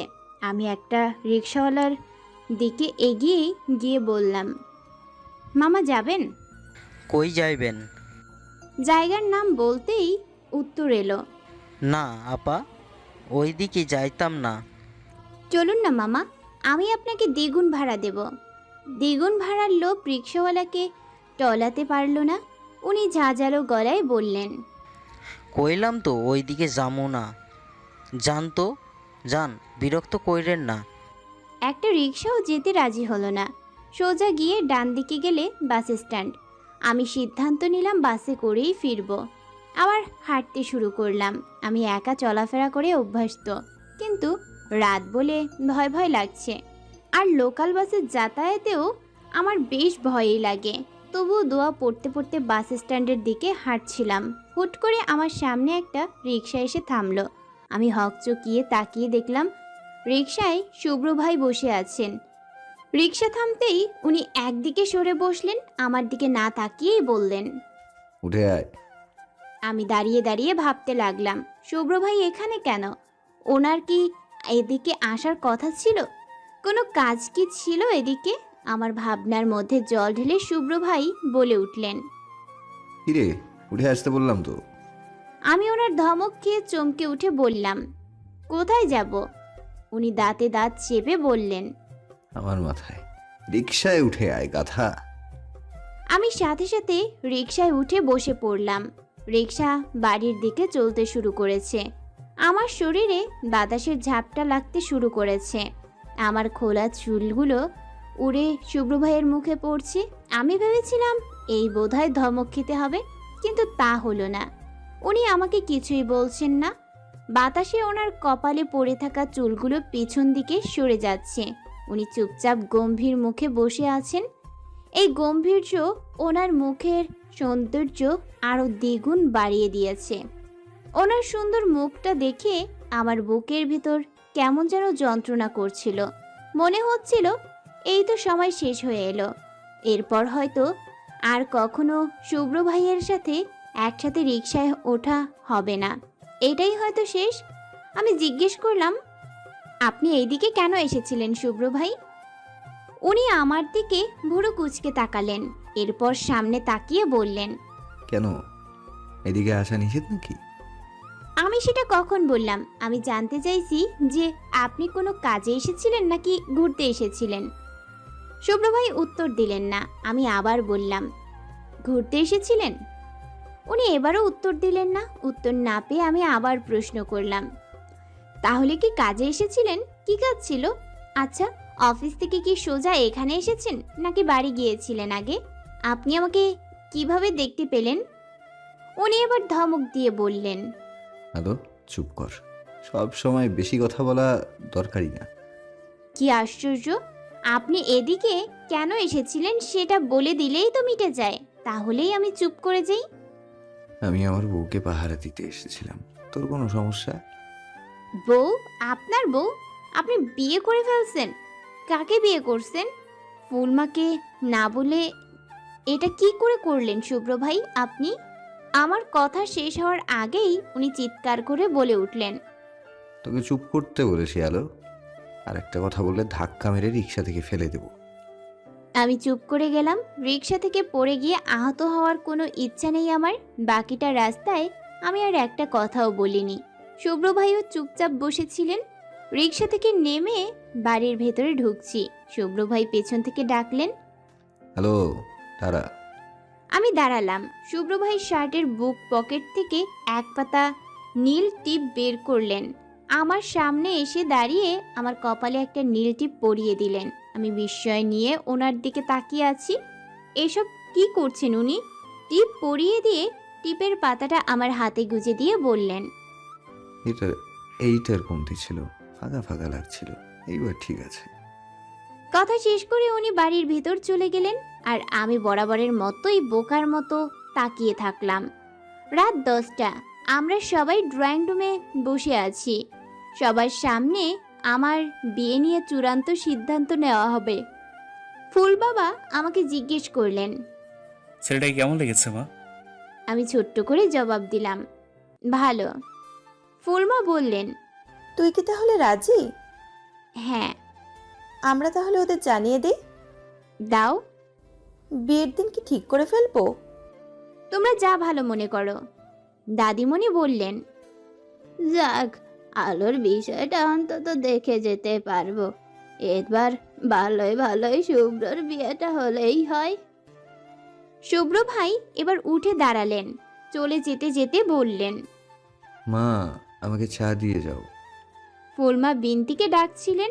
আমি বললাম, ফুলমা, বিন্তি তো ঘুমিয়ে পড়েছে, ওকে ডেকো না।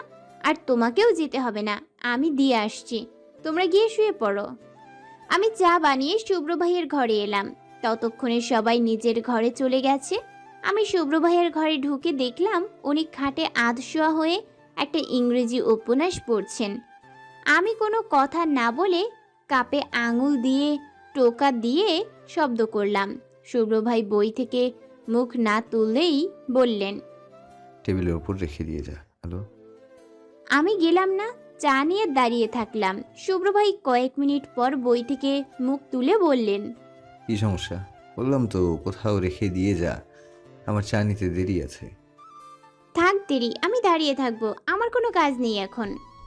কেন কাজ নেই কেন? তোর তো এখন অনেক কাজ থাকার কথা। আমি মুখ ফুলিয়ে বললাম, হ্যাঁ তাই তো, আমার তো এখন পেতনিগিরি করতে যাওয়ার কথা, তাই না? শুভ্র ভাই এবার হেসে উঠলেন, হাত বাড়িয়ে চায়ের কাপ নিলেন।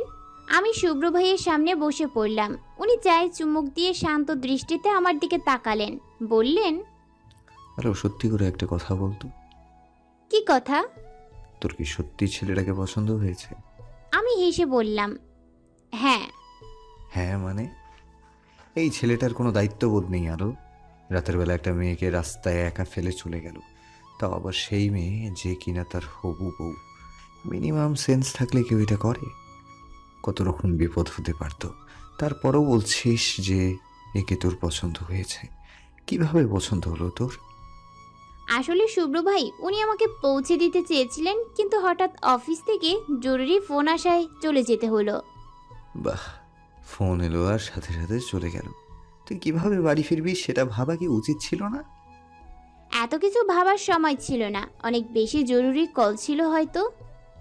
স্টুপিডের মতো কথা বলিস না আলো। একে বিয়ে করলে বিয়ের পরও দেখবি এভাবে একা ফেলে চলে যাবে। ব্যাপার না শুভ্র ভাই, আমি ম্যানেজ করে নিব। শুভ্র ভাই ভুরু কুচকে আমার দিকে কিছুক্ষণ তাকিয়ে থাকলেন, তারপর বিরক্তি গলায় বললেন, তুই আমার ঘর থেকে বের হয়ে যা প্লিজ। আমি সাথে সাথে উঠে ঘর থেকে বেরিয়ে চলে এলাম পশ্চিম দিকের বারান্দায়। গিয়ে দাঁড়ালাম। আকাশের একটা টুকরো চাঁদ দেখা যাচ্ছে। চাঁদের হালকা আলোয় আমার মন খারাপ ভাবটা মাথাচাড়া দিয়ে উঠছে। আমি সেটা প্রাণপণে দমিয়ে রাখার চেষ্টা করছি, নিজেকে প্রস্তুত করছি সামনের দিনগুলোর জন্য। আজ মা বাবার মৃত্যুবার্ষিকী। সকাল থেকেই নিজের ঘরের বারান্দায় বসে আছি। প্রতি বছর এই দিনটায় আমি একা একা বসে থাকি, আমার কিছুই ভালো লাগে না। এই সেই দিন, যে দিনটা আমার কাছ থেকে আমার শৈশব কেড়ে নিয়েছিল, আমার শিশুকালের সব শখ আহ্লাদ হারিয়ে গিয়েছিল। কেন এমন হলো? আমার কি আর 5 জনের মতো বাবা মার সাথে জেদ করার অধিকার ছিল না? আমার মাঝে মাঝে ভাবতে ইচ্ছে করে সব কিছুই শুধু স্বপ্ন। আমি ঘুম ভেঙে দেখব আমার মা বাবা আমার পাশেই আছে, আর আমি এখনো সেই ক্লাস 1-এর বাচ্চা। দু চোখ বন্ধ করে বসে আছি, চোখ থেকে পানি ঝরছে, চোখের সামনে ভাসছে মা আর বাবার সেই হাসি মুখ। আমার বুক ফেটে যাচ্ছে। মা বাবা থাকলে আমাকে কখনো এতিম শব্দটা শুনতে হতো না। এতিম বলে সব মুখ বুজে মেনে নিতে হতো না। নিজের কথাগুলো বলার মতো উপায় থাকতো আমার। চোখ বুজে এসবই ভাবছিলাম, হঠাৎ মাথায় কারোর স্পর্শ পেয়ে চোখ খুললাম। শুভ্র ভাই আমার পাশে এসে বসেছেন। আমি চোখ মুছে বললাম, শুভ্র ভাই, আপনি কিছু বলবেন? শুভ্র ভাই বললেন, সকাল থেকে যে না খেয়ে বসে আছিস, খাবি না? খেতে ইচ্ছে করছে না শুভ্র ভাই। খাতে ইচ্ছে করছে? আমি না সূচক মাথা নাড়ালাম। শুভ্র ভাই আবার বললেন, খুব বেশি কান্না পেলে সেটা আটকে রাখা উচিত না। আমার কান্না আসে না শুভ্র ভাই। আচ্ছা ঠিক আছে, বেরোতে হবে তো। অনাথ আশ্রমে যাবি না? রেডি হ, আমরা নিচে অপেক্ষা করছি। শুভ্র ভাই আমার মাথায় হাত বুলিয়ে দিয়ে চলে গেলেন। এটা শুভ্র ভাই ছোট থেকেই করছেন। আমাকে যতই বকাবকি করুন, যতই ধমক দিন না কেন, আজকের দিনে উনি কখনো আমার সাথে রাগারাগি করেন না। আমি উঠে দাঁড়ালাম, কোনো রকমের জামা বদলে নিচে নেমে এলাম। ফুলমা আমাকে দেখে এগিয়ে এলেন, আমার হাত ধরে নিয়ে গিয়ে বসিয়ে দিলেন। আমার চুল বেঁধে দিতে দিতে বললেন, আমার মেয়েটা যে সকালে কিছু খায়নি সে খেয়াল কারো আছে? বিনতি, খাবার নিয়ে এত। আমি বাধা দিয়ে বললাম, না ফুলমা, আমি খাবো না। তাহলে তো আমারও খাওয়া হবে না। আমিও যে না খেয়ে বসে আছি সেটাও তো কেউ খেয়াল করেনি। কেন করবে? আমি তো আর তার নিজের মা না। ফুলমার কথাটা বুকে গিয়ে বিঁধল আমার। ফুলমা না খেয়ে আছে, আর আমি স্বার্থপরের মতো শুধু নিজের কথা ভাবছি। এতটা স্বার্থপর আমি কি করে হতে পারি? আমি হঠাৎ ফুলমাকে জড়িয়ে ধরলাম, কাঁদতে কাঁদতে বললাম, সরি ফুলমা, ভুল হয়ে গেছে। ফুলমায়েরও চোখে পানি। উনি চোখ মুছতে মুছতে বললেন, হয়েছে হয়েছে, ঢং করতে হবে না। বিনতি খাবারের প্লেটটা এগিয়ে দিল। ফুলমা আমাকে খাইয়ে দিতে শুরু করলেন। আমার চোখ ভিজে আসছে আবার। এই মানুষগুলো না থাকলে হয়তো আমার আর কি হতো কে জানে। আমরা অনাথ আশ্রমে পৌঁছে গিয়েছিলাম দুপুরবেলা। ফুল বাবা একটা মিলাদের ব্যবস্থা করেছিলেন। সেটা শেষ হওয়ার পর সব বাচ্চাদের খাওয়ানোর পালা। সবাই হই হুল্লোড় করে খেতে বসেছে। আমি এক কোণে বসে সেটা দেখছি। শুভ্র ভাই আমার পাশে এসে বসলেন। আমি একবার তাকিয়েই চোখ নামিয়ে ফেললাম। শুভ্র ভাই জিজ্ঞেস করলেন, তুই ঠিক আছিস? হ্যাঁ। মন কি একটু ভালো হয়েছে? আমি ছোট করে উত্তর দিলাম, হুম। ঠিক তো? আমি এবার ওনার দিকে তাকালাম, বললাম, আপনি এত চিন্তা করছেন কেন? চিন্তা না করে উপায় আছে।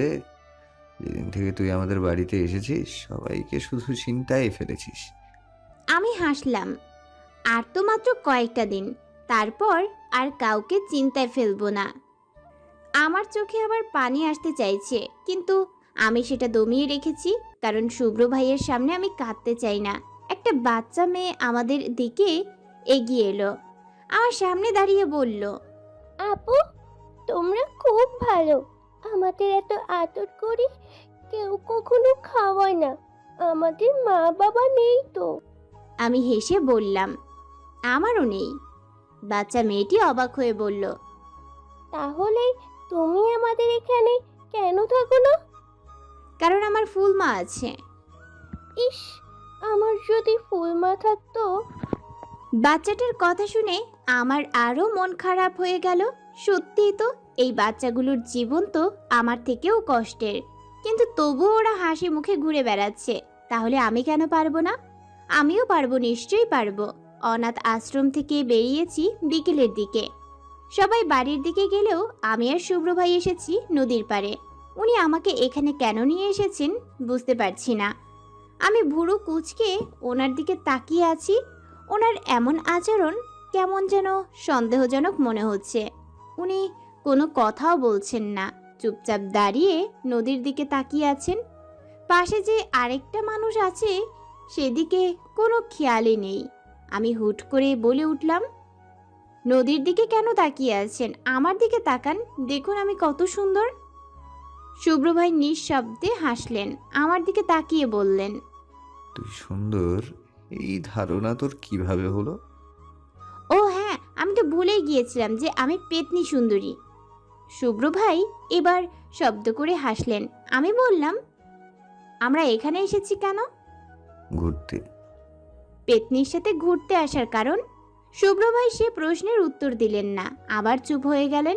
কিছুক্ষণ পর বললেন, হ্যালো, ছেলেটাকে পছন্দ না হলে বিয়েটা করিস না। আমি জানি তোর ছেলেটাকে পছন্দ হয়নি। আমি ওনার কথায় চমকে উঠলাম। আমার যে লোকটাকে পছন্দ হয়নি সেটা উনি কিভাবে জানলেন? শুভ্র ভাই আবার বললেন, হ্যালো, বাবাকে বল তুই এই বিয়েতে রাজি না। আমি দীর্ঘশ্বাস ফেলে বলছিলাম, সেটা সম্ভব নয় শুভ্র ভাই, আমি ফুল বাবাকে কষ্ট দিতে পারবো না। এতখানি স্বার্থপর আমি হতে পারবো না। বাবা কষ্ট কেন পাবেন?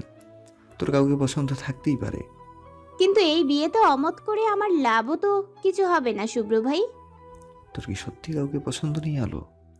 ওনার প্রশ্নটা শুনে আমার দম বন্ধ হয়ে আসছে। গলার কাছে কিছু একটা শক্ত হয়ে জট পাকিয়ে গেছে মনে হচ্ছে। চিৎকার করে না কাঁদলে এটা ঠিক হবে না। আমার উত্তর না পেয়ে উনি আবার প্রশ্ন করলেন, কিরে, কথা বলছিস না কেন? আমি কাঁপা কাঁপা গলায় বললাম, আছে। তাহলে বাবাকে সেটা বলিস না কেন? কারণ ফুল বাবাকে বলে কোনো লাভ নেই। আমি যাকে চাই সে হয়তো আমাকে চায় না। যে আমাকে চায় না তার কথা আমি ফুল বাবাকে কিভাবে বলবো? আর কি বা বলবো? হ্যাঁ, আমি চাইলে এই বিয়েতে না করে দিতে পারি, কিন্তু তাতে লাভ? এই ছেলেটাকে না করলে ফুল বাবা আমার জন্য আরেকজন ছেলে ঠিক করবে। আমাকে কাউকে না কাউকে বিয়ে করতেই হবে। যাকে আমি চাই তাকে তো আমি পাবো না, তাই না? তাহলে শুধু শুধু ফুল বাবাকে কষ্ট কেন দেব? তুই অনেক বড় হয়ে গেছিস আলো, কিন্তু একটু একটু বোকাই আছিস। বাড়ি চলুন শুভ্র ভাই, আমার এখানে ভালো লাগছে না। কথাটা বলেই আমি হাঁটতে শুরু করলাম। শুভ্র ভাই আমার পিছু পিছু আসতে শুরু করলেন। আমার সব কেমন যেন এলোমেলো লাগছে। গুছিয়ে নিতে চাইছি, কিন্তু ফের অগোছলো হয়ে পড়ছে। বাড়ি ফিরতে ফিরতে সন্ধ্যা হয়ে গেছে। আমি ফ্রেশ হয়ে রান্নাঘরে ঢুকেছি। আমার রান্নাঘরে যাওয়ার কোনো দরকার ছিল না, কিন্তু তবুও এসেছি নিজেকে ব্যস্ত রাখার জন্য। আমি রান্নাঘরে ঢুকেই চা বানাতে শুরু করলাম। বিনতি রাতের জন্য রান্না করছিল। আমাকে বলল, আপা, আপনে কিছু লাগবে আমারে কন? না বিনতি, তুই রান্না করছিস কর। আপা, আপনি আজকাল মাঝে মধ্যেই রান্নাঘরে আসেন যে? রান্না শিখতে আসি, বরকে খাওয়ানোর জন্য রান্না শিখতে হবে না? বিনতি আমার কথা শুনে মুখ টিপে হাসলো। আমি চা বানিয়ে ড্রয়িং রুমে এলাম। ফুলবাবাকে চা দিয়ে আমি সেখানে বসে পড়লাম। ফুলমা কোথা থেকে দৌড়ে এসে বললেন, আলো, স্বপন ফোন করেছিল। ও কাল তোকে নিয়ে এঙ্গেজমেন্টের রিং কিনতে যেতে চায়। এঙ্গেজমেন্ট? ফুলবাবা বললেন, হ্যাঁ মা, 2 দিন পর তোর এঙ্গেজমেন্ট আয়োজন করেছি। তোর কি কোনো আপত্তি আছে? আমি মৃদু হেসে বললাম, না। আমি জানতাম তুই আপত্তি করবি না, সেই ভরসাতেই ওদের সাথে কথা বলেছি। ফুলমা বললেন, তাহলে কাল বিকেলে যাবি তো? হ্যাঁ যাব। শুভ্রভাই বলে উঠলেন, বিয়ের আগে ছেলে মেয়ের এত ঘোরাঘুরি মোটেও ভালো না মা। কেন ভালো না বলছিস কেন? বিয়ের আগে ওরা একজন আর একজনকে জেনে নেবে না? আমি এবার উঠে দাঁড়ালাম। এসব কথাবার্তা আমার ভালো লাগছে না। আমি সিঁড়ি বেয়ে উপরে উঠছিলাম, হঠাৎ মনে হলো আমার পিছু পিছু কেউ আসছে। আমি পিছনে ফিরে দেখলাম ফুলমা আসছেন। আমি জিজ্ঞেস করলাম, কিছু বলবে ফুলমা? ফুলমা আমার কাছে এসে বললেন, আলো, তুই এই বিয়েতে মন থেকে রাজি তো? হ্যাঁ ফুলমা, আমি মন থেকে রাজি। কিন্তু আমার সেরকম মনে হচ্ছে না। তোর মুখ দেখে মনে হয় তুই এই বিয়েতে খুশি না। না ফুলমা, তুমি অযথা চিন্তা করছো। আমরা তোর উপরে কিছু চাপিয়ে দিচ্ছি না তো রে মা? না ফুলমা, এসব কি বলছো? তুমি শুধু শুধু এত ভাবছো। আমি মন থেকে রাজি। আচ্ছা ঠিক আছে। ফুলমা আমাকে আদর করে দিয়ে চলে গেলেন। আমি দীর্ঘশ্বাস ফেললাম। সব মায়েরাই বুঝি এমন হয়, সন্তানের মুখ দেখেই সব বুঝে ফেলেন। আমি নিজের ঘরে বসে চুল আঁচড়াচ্ছি, হঠাৎ কোথা থেকে শুভ্র ভাই চলে এলেন। আর এসেই আমি কিছু বুঝে ওঠার আগেই আমাকে টানতে টানতে ছাদে নিয়ে গেলেন। আমি শুভ্র ভাইয়ের হাত ছাড়িয়ে কোমরে হাত দিয়ে বললাম, এসব কি শুভ্র ভাই, আপনি আমাকে ছাদে নিয়ে এলেন কেন? তোর সাথে আমার কথা আছে। শোনেন শুভ্র ভাই, আপনি এভাবে যখন তখন আমার হাত ধরবেন না। আমি এখন বড় হয়ে গেছি। শুভ্র ভাই এবার আমার 2 বাহু চেপে ধরলেন, দাঁতে দাঁত চেপে বললেন, আমি হাত ধরলে সমস্যা? আর ওই স্বপন সরকার গা ঘেঁষে বসলে তো কোনো সমস্যা হয় না। আমি অবাক হলাম। স্বপন সাহেব আমার গা ঘেঁষে বসছিলেন, সেটা উনি কি করে জানলেন? আমি তো বলিনি। কিন্তু আমার অবাক হওয়ার ব্যাপারটা আমি শুভ্র ভাইকে বুঝতে দিলাম না। স্বাভাবিকভাবে বললাম, কি আশ্চর্য, উনি তো আমার হবু বর। শুভ্র ভাই ধমক দিয়ে বললেন, চুপ, অনেক হয়েছে এসব। এবার আমাকে সোজাসুজি একটা কথা বলতো। কি কথা? শুভ্র ভাই আমার চোখে চোখ রেখে শান্ত গলায় বললেন, তুই কি আমাকে এখনো ভালোবাসিস আলো? আমি কেঁপে কেঁপে উঠলাম ওনার প্রশ্নে। আমার হাত পা কাঁপতে শুরু করেছে, দাঁড়িয়ে থাকা শক্তি পাচ্ছি না।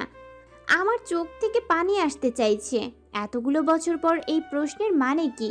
শুভ্র ভাই আসলে কি চাইছেন? আমাকে কেন এভাবে দুর্বল করে দিচ্ছেন উনি? আমি শুভ্র ভাইকে ধাক্কা দিয়ে সরিয়ে ছাদের এক পাশে গিয়ে দাঁড়ালাম। শুভ্র ভাই আমার পাশে এসে দাঁড়ালেন।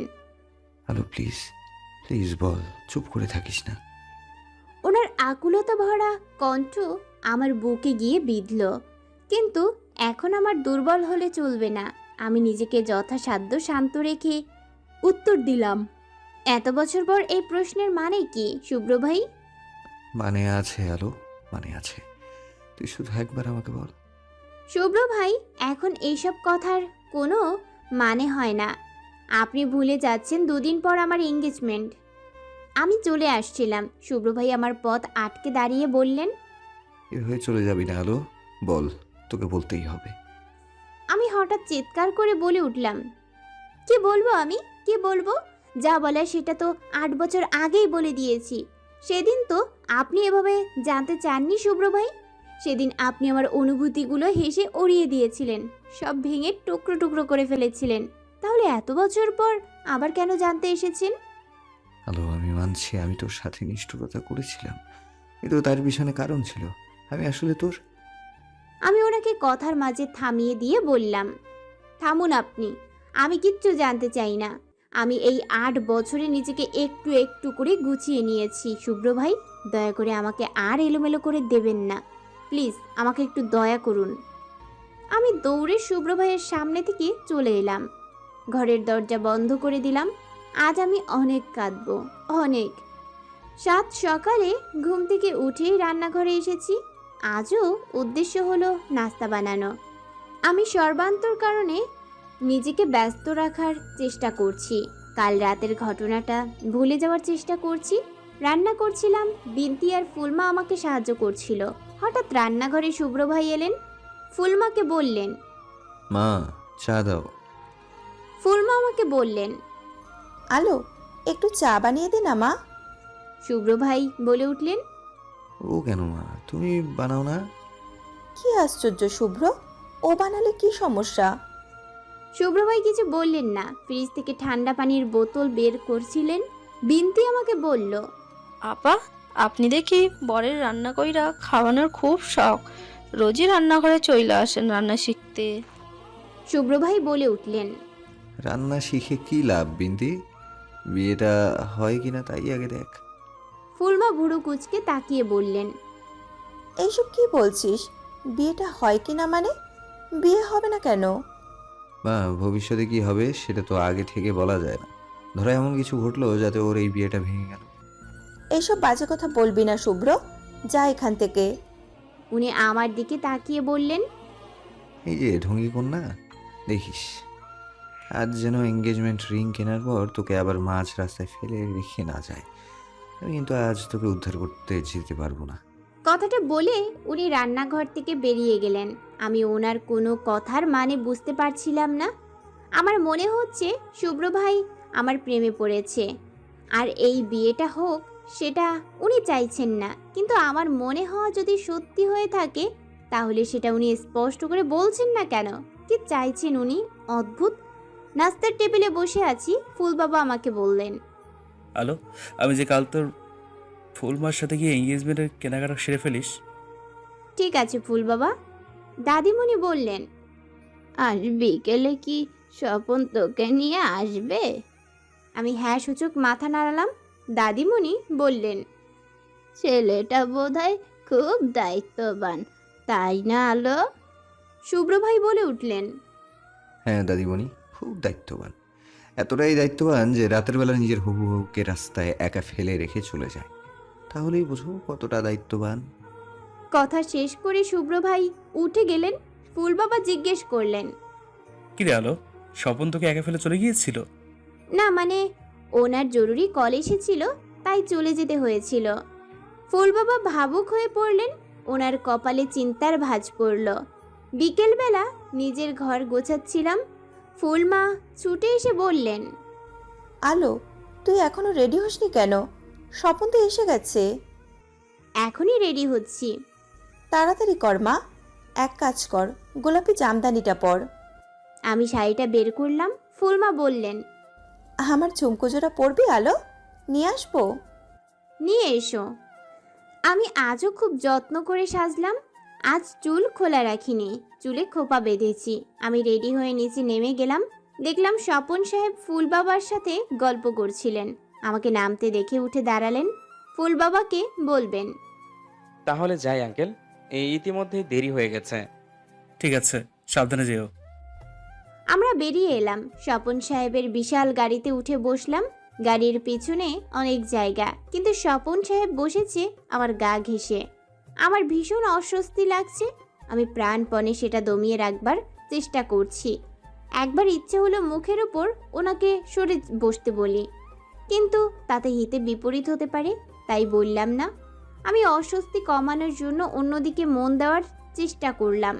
মুখে হাসি টানার চেষ্টা করে বললাম, আপনার আজ কোনো জরুরি কাজ নেই তো? আপাতত নেই, তবে হঠাৎ কাজ পড়ে যেতে পারে। কাজ পড়ে গেলে কি আবার আমাকে একা ফেলে চলে যাবেন? যদি যেতে হয় তাহলে যাব। শোনো আলো, সব পরিস্থিতিতে নিজেকে মানিয়ে নিতে শিখতে হবে তোমাকে। একা একা চলাফেরা করার অভ্যাস থাকা ভালো। আমি কিছু বললাম না। স্বপন সাহেব জিজ্ঞেস করলেন। তুমি গোল্ড রিং কিনতে চাও নাকি ডায়মন্ড? স্বপন সাহেব কথা বলতে বলতে ওনার একটা হাত আমার হাতের উপর তুলে দিয়েছিলেন।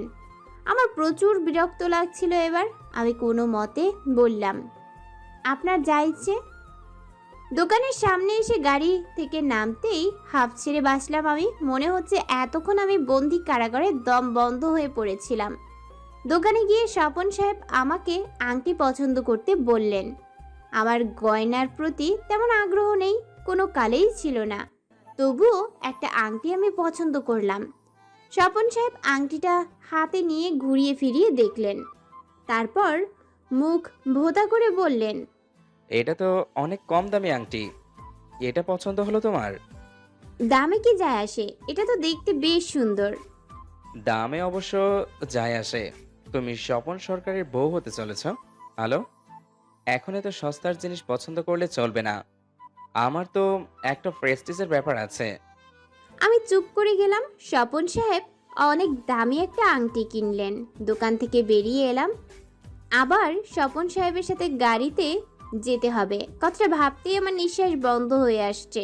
আবার এতটা রাস্তা কি করে সহ্য করব এই লোকটাকে। গাড়ির দিকে এগুতেই কোথা থেকে যেন শুভ্র ভাই এসে সামনে দাঁড়ালেন। আমি বিস্ময় নিয়ে বললাম, শুভ্র ভাই আপনি? আমার সাথে চল। কোথায়? কোথায় আবার, বাড়ি। স্বপন সাহেব বললেন। শুভ্র সাহেব, আমি আলোকে বাড়িতে পৌঁছে দিতেই যাচ্ছি। আপনি চাইলে আমার সাথে আসতে পারেন। শুভ্র ভাই হাসি মুখে বললেন, না ধন্যবাদ, আমি আপনার গাড়িতে যাব না, আর আলোও যাবে না। স্বপন সাহেব বুড়ো কুচকে বললেন, আলো যাবে কিনা সেটা আপনি ঠিক করে দেবেন। আলো তাই করবে যেটা আমি বলবো। আপনি হয়তো ভুলে যাচ্ছেন ওর সাথে আমার সম্পর্কটা কি। সম্পর্ক এখনো হয়নি, আগে হোক, তারপর ও আপনার কথা শুনবে। কথাটা বলে শুভ্র ভাই আমার হাত ধরে টেনে নিয়ে চলে গেলেন। আমি পিছনে না তাকিয়েও বুঝতে পারছি স্বপন সাহেব অবাক হয়ে তাকিয়ে আছেন। রিকশায় পাশাপাশি বসে আছি আমি আর শুভ্র ভাই।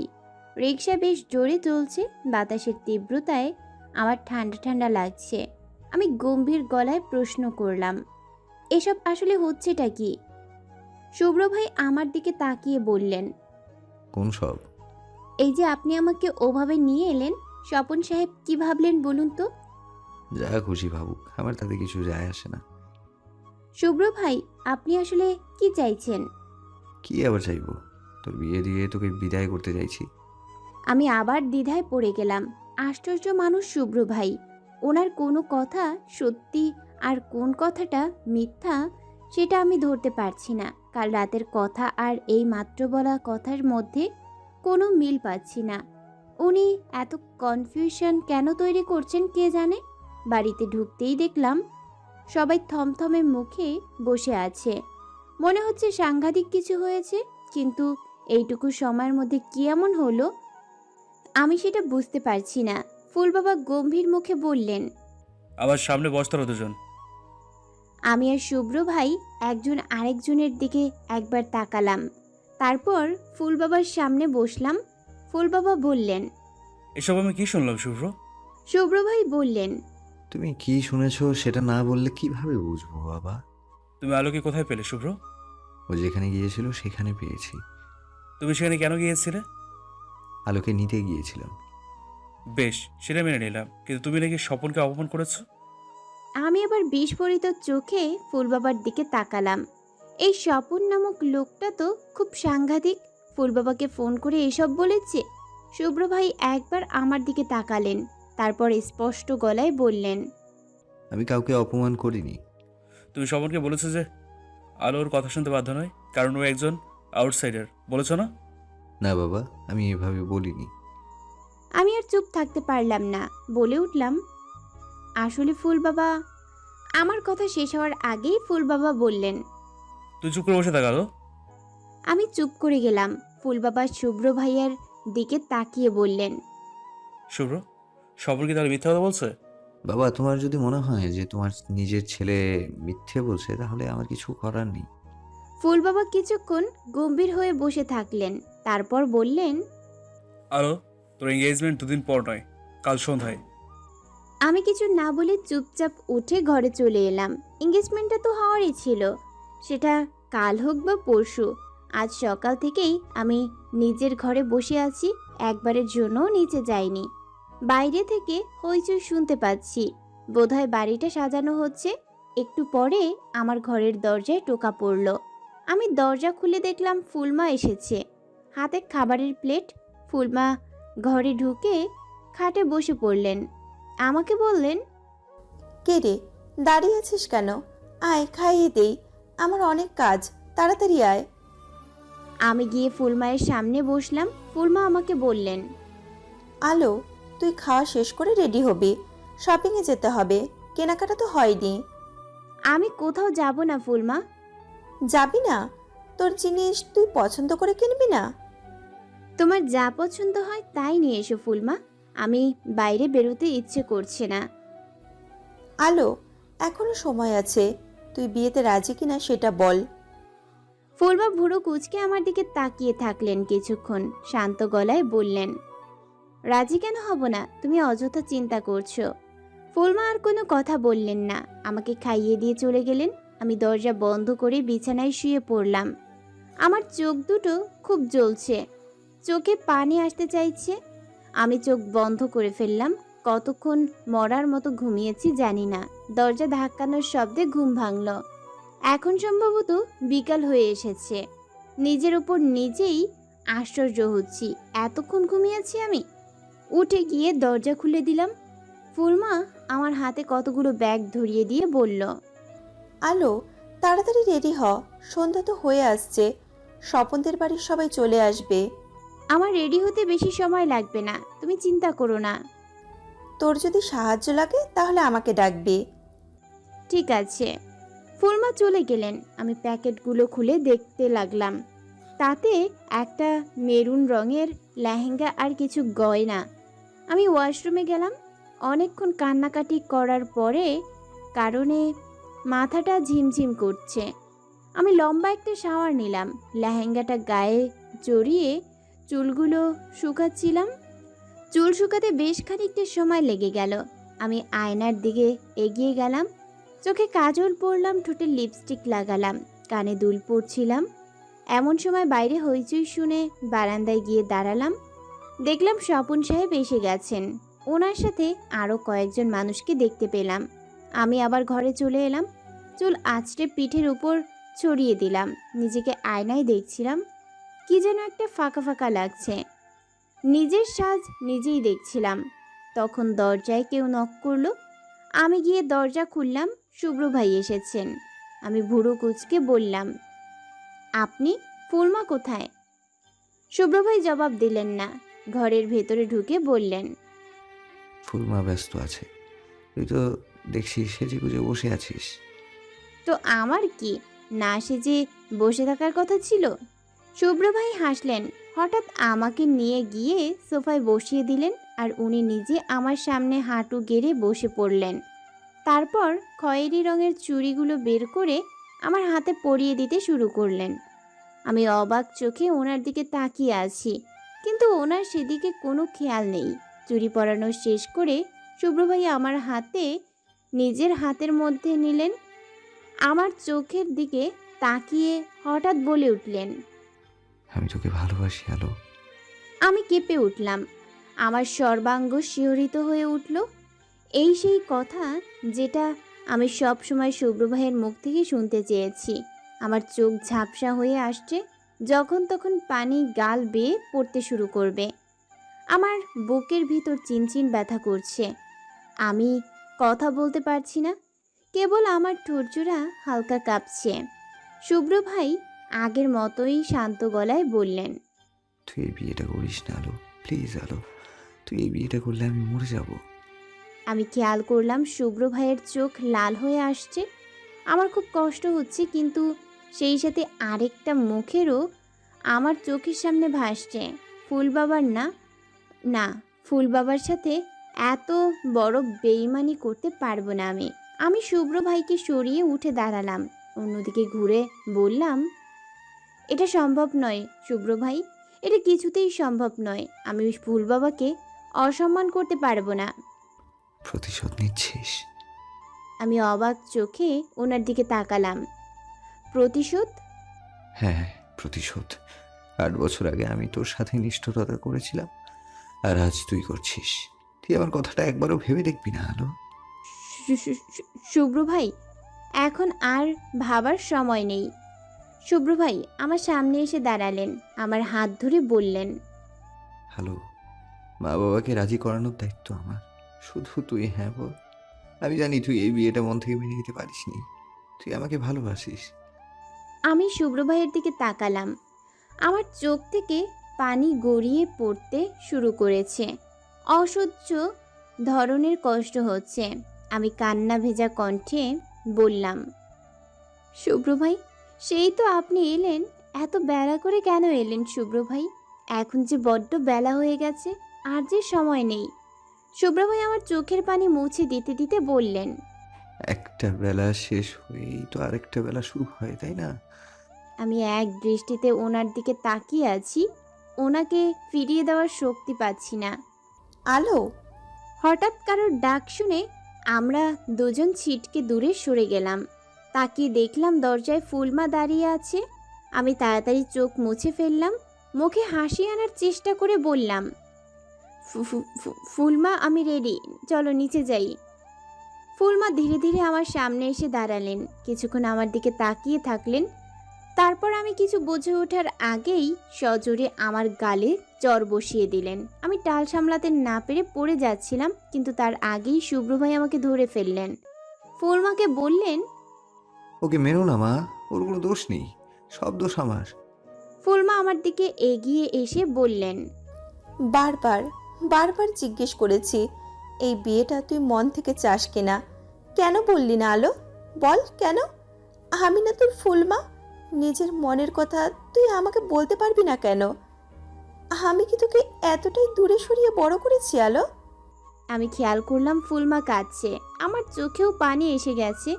আমি কাঁপা কাঁপা গলায় বললাম, ফুলমা আমি আসলে।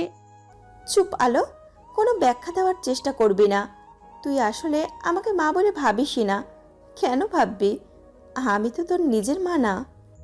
আমি দৌড়ে গিয়ে ফুলমাকে জড়িয়ে ধরলাম, বলতে শুরু করলাম, সরি ফুলমা, আমার ভুল হয়ে গেছে, কিন্তু আমি তোমাকে মা ভাবি না, এমন কথা বলো না, আমাকে মাফ করে দাও ফুলমা।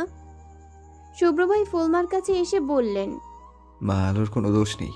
আমি যে ওকে ভালোবাসি সেটা আমি ওকে এতদিন বলিনি, আর এত বছরে কোনো আশার কথা আমি ওকে বলিনি, তাই ওই বিয়েতে না বলার মতো ভরসা পাইনি মা। শুভ্র ভাইয়ের কথা শেষ হতেই ফুলমা ওনার গালেও চড় মারলেন। তারপর আমাদের দুজনের হাত ধরে বললেন, চল আমার সাথে। ফুলমা আমাকে আর শুভ্র ভাইকে নিয়ে নিচে নেমে এলেন। নিচে সবাই এঙ্গেজমেন্টের জন্য অপেক্ষা করছিল। ফুলমা আমাদের দুজনের সাথে নিয়ে স্বপন সাহেবের সামনে গিয়ে দাঁড়ালেন, স্পষ্ট গলায় বললেন, আমাদের ক্ষমা করো বাবা, আমরা এই বিয়েটা দিতে পারবো না।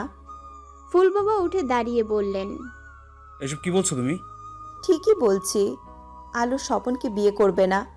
আলো আর শুভ্র দুইজন দুইজনকে ভালোবাসে, আমি ওদের বিয়ে দেব। কি, শুভ্র আলো একজন একজনকে ভালোবাসে? ফুল বাবা বিস্ফোরিত চোখে আমাদের দিকে তাকিয়ে আছেন। আমি কিছুই বুঝতে পারছি না, মাথা নিচু করে দাঁড়িয়ে আছি। শুভ্র ভাই বলে উঠলেন, হ্যাঁ বাবা, আমি আলোকে ভালোবাসি, ওকেই আমি বিয়ে করব, অন্য কাউকে নয়। ফুলমা স্বপন সাহেবের বাড়ির সবার উদ্দেশ্যে বললেন, আপনারা আমাদের মাফ করবেন, কিন্তু আপনাদের ছেলের সাথে আলোর এঙ্গেজমেন্ট হবে না। আপনারা দয়া করে আসুন। স্বপন সাহেবের বাড়ির লোকেরা চলে গেলেন। চুপচাপ চলে যাননি, অনেক ধরনের কথা বলে গেছেন। এটা কি ধরনের ভদ্রতা? মেয়ের প্রেম আছে সেটা আগে বললেই হতো, আমাদের ডেকে আনার কি দরকার, ইত্যাদি ইত্যাদি। ওনারা চলে যেতেই ফুল বাবা এসে শুভ্র ভাইকে সজোরে থাপ্পড় মারলেন। রাগী গলায় বললেন, আগে কেন বলি না? কেন এভাবে রং তামাশা করলি? কি লাভ হলো? ফুলমা থামিয়ে দিয়ে বললেন, তুমি থামো তো এখন। পরে তুমি আর আমি দুইজনে একসাথে শুভ্রকে বকা দেব। তার আগে শুভ্র আলোর এঙ্গেজমেন্টটা হতে দাও। ফুল বাবা বললেন। না, এখানে কোনো এঙ্গেজমেন্ট হবে না। শুভ্র ভাই এগিয়ে গিয়ে বললেন। বাবা আমার। চুপ, একটা কথা তুমি বলবে না। আমি স্তব্ধ হয়ে দাঁড়িয়ে আছি। এসব কি হচ্ছে আর কি হতে চলেছে কিছুই আমি বুঝতে পারছি না। মাথার ভেতরটা কেমন ফাঁকা ফাঁকা লাগছে। ফুল বাবা চিৎকার করে আজম চাচাকে বললেন। আজম এদিকে এসো। আজম চাচা এসে ভয়ে ভয়ে বলল। কি হয়েছে ভাইজান?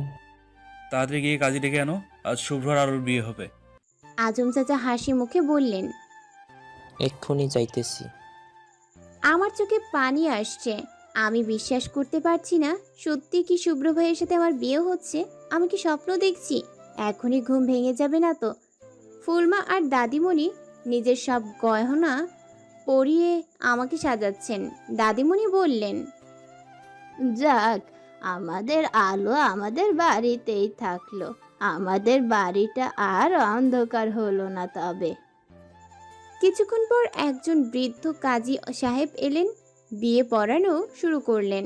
আমি কাঁপা কাঁপা গলায় কবুল বললাম। ফুলমা আমাকে আদর করে কপালে চুমু খেলেন, হেসে বললেন। এখন থেকে কিন্তু আমি তো শাশুড়ি। আমার এখনো মনে হচ্ছে আমি স্বপ্ন দেখছি। বারবার নিজেকেই নিজে চিমটি কাটছি। আমি শুভ্র ভাইয়ের ঘরে বসে আছি। শুভ্র ভাই না, শুভ্রর ঘর। না, শুধু শুভ্রর না, এটা আমারও ঘর এখন। ঘরটা খুব সুন্দর করে সাজানো হয়েছে। জানালার ফাঁকা দিয়ে চাঁদের আলো আসছে। চাঁদের আলো ঘরের সৌন্দর্য আরও বাড়িয়ে দিচ্ছে। কিছুক্ষণ পর শুভ্র এসে আমার সামনে বসলো, আমার দিকে তাকিয়ে বলল। তোকে আজ খুব সুন্দর লাগছে আলো। আমি মুখ ঘুরিয়ে বললাম। যান, আমার সাথে কথা বলতে আসবেন না আপনি। এ আবার কেমন কথা? আজ কথা না বললে আর কবে বলবো? 8 বছর পরে বলবেন। কি? হ্যাঁ, আপনি 8 বছর ধরে আমাকে কষ্ট দিয়েছেন, এখন আমি তার প্রতিশোধ নেব। শুভ্র হেসে বলল। আমি তোকে তখনও ভালোবাসতাম, কিন্তু তোকে ফিরিয়ে দিয়েছিলাম কারণ তোর বয়স খুব কম ছিল।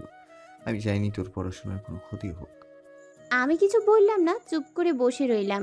শুভ্র ভাই আবার বলল। ভুল হয়ে গেছে ও।